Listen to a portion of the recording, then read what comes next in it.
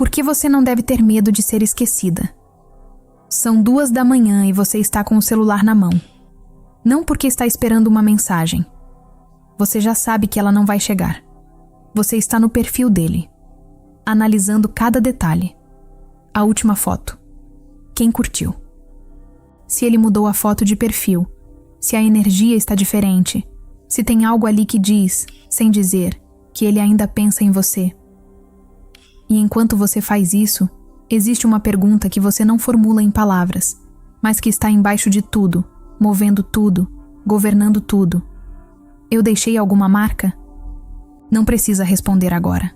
Só perceba que essa pergunta existe, que ela é mais velha do que esse relacionamento, que ela estava lá antes dele e vai continuar lá, se você não for direto à raiz do que ela realmente significa. Porque o medo de ser esquecida não é sobre ele. Nunca foi. Hoje, ao longo desse vídeo, vamos percorrer 6 territórios internos. Não são tópicos, são camadas. Cada uma mais funda do que a anterior. E ao final da última, você não vai sair daqui com uma técnica. Vai sair com uma pergunta diferente dentro de você. Uma que é mais honesta, mais poderosa e mais sua do que qualquer coisa que ele poderia ou não confirmar sobre o seu valor. Os 6 territórios são estes. O primeiro: o que o medo de ser esquecida realmente protege. O segundo: por que você aprendeu a medir o seu valor pela memória dos outros. O terceiro: a diferença entre deixar rastro e deixar raiz. O quarto: o que acontece quando você para de existir para ser lembrada e começa a existir para ser. O quinto: o ponto em que seguir em frente deixa de ser abandono e se torna fundação. E o sexto: o mais subestimado de todos e o único que muda tudo de vez. O momento em que você se torna a pessoa que não precisa ser inesquecível porque está inteira. Fique até o fim. Não porque eu peço, porque você já sabe que precisa ouvir isso. Vamos começar onde a dor realmente mora, não no término. Não na traição, se houve uma. Não sequer na solidão que veio depois. A dor mora na pergunta que você faz quando ele não dá sinal. Quando você vê que ele seguiu em frente. Quando aparece uma foto nova com alguém, ou simplesmente a ausência de qualquer foto com você. E você sente aquela pontada específica que não é exatamente ciúme, não é exatamente saudade. É a sensação de ter sido apagada. E essa sensação tem uma voz. Ela diz: se ele conseguiu te esquecer tão facilmente, talvez você não tenha sido tão especial quanto você pensava. Esse pensamento é o mais destruidor de todos. Não porque é verdadeiro, mas porque parece verdadeiro quando você está sozinha às 2 da manhã e não há nenhuma evidência externa para contradizê-lo. E aqui está o que ninguém explica. Você não está sofrendo porque ele te esqueceu. Você está sofrendo porque nesse momento você também se esqueceu de si mesma. E está esperando que a memória dele te devolva de volta para você. Isso é o medo de ser esquecida em sua forma mais honesta. Não é medo dele te apagar da vida dele. É medo de que, sem o espelho de alguém te refletindo, você não saiba mais quem é. Para entender de onde esse medo vem, precisamos ir a um lugar que a maioria das conversas sobre relacionamento nunca vai. Precisamos ir à infância. Não de forma dramática. Não para culpar ninguém, mas para entender o que aconteceu com uma criança que aprendeu, muito cedo, que amor era condicionado à performance. Talvez você tenha crescido num ambiente onde ser boa era ser amada, onde quando você recuava, quando não chamava atenção, quando não precisava de nada, as coisas funcionavam melhor. Onde precisar de mais era um risco.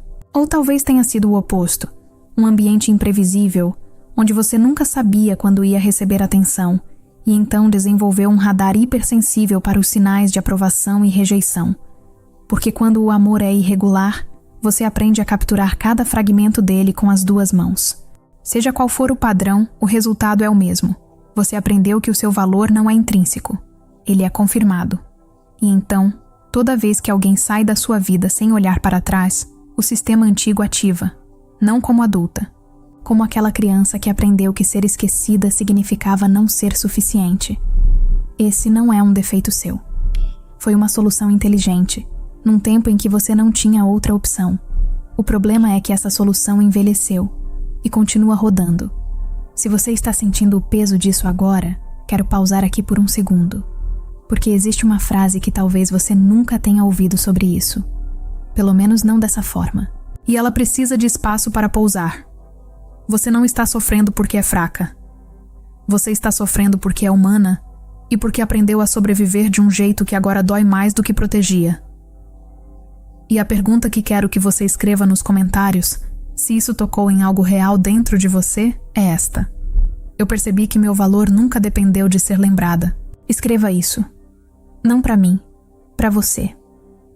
Porque às vezes a transformação começa no momento em que você coloca em palavras o que seu corpo já sabe, mas sua mente ainda resiste em aceitar. Agora preciso te fazer uma distinção que vai mudar a forma como você pensa sobre isso tudo. Existe uma diferença enorme. Uma diferença que separa quem fica presa nesse ciclo de quem sai dele, entre deixar rastro e deixar raiz. Rastro é o que fica na memória de alguém. É a impressão. É o "nossa, ela era incrível". É a foto que ele revisita quando está sozinho às 3 da manhã. É ser citada numa conversa. Raiz é o que fica em você. É quem você se tornou por ter passado por essa experiência.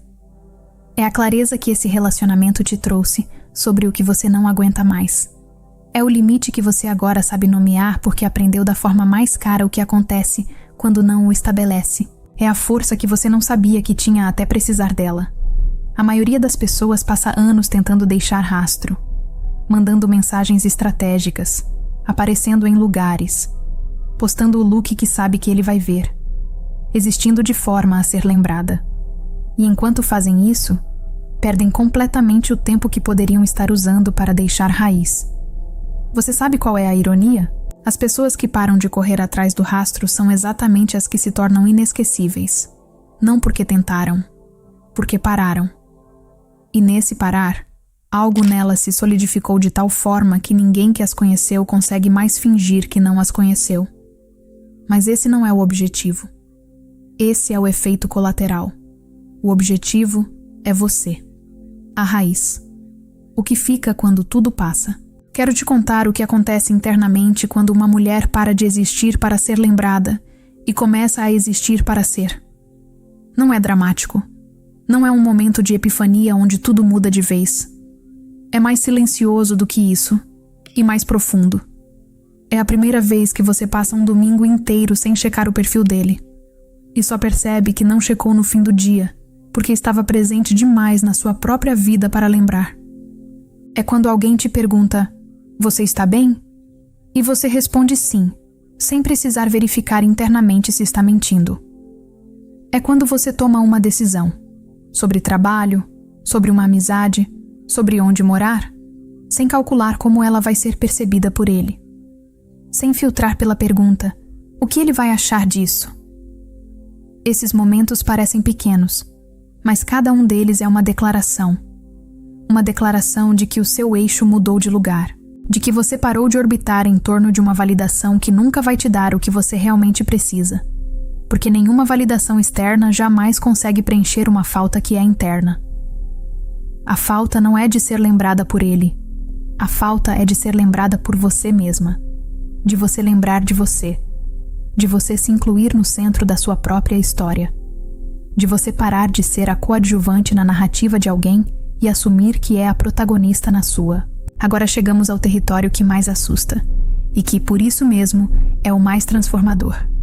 O ponto em que seguir em frente deixa de ser abandono e se torna fundação, porque existe um medo escondido dentro do medo de ser esquecida que a maioria das pessoas nunca nomeia.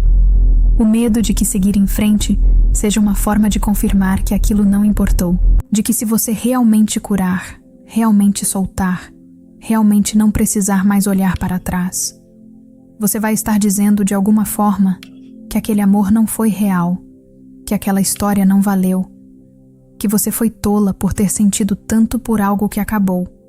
E então você segura, não ele, a dor. Você segura a dor como prova de que foi real, de que importou, de que você não foi ingênua de amar alguém que não ficou. Isso precisa ser dito com toda a precisão e toda a delicadeza que merece. Curar não apaga. Curar preserva. Quando você cura de verdade, a história não desaparece. Ela se transforma em quem você é, em como você ama, em o que você sabe sobre si mesma que não sabia antes. A história fica, mas não como ferida, como formação. E seguir em frente não é esquecer, é integrar.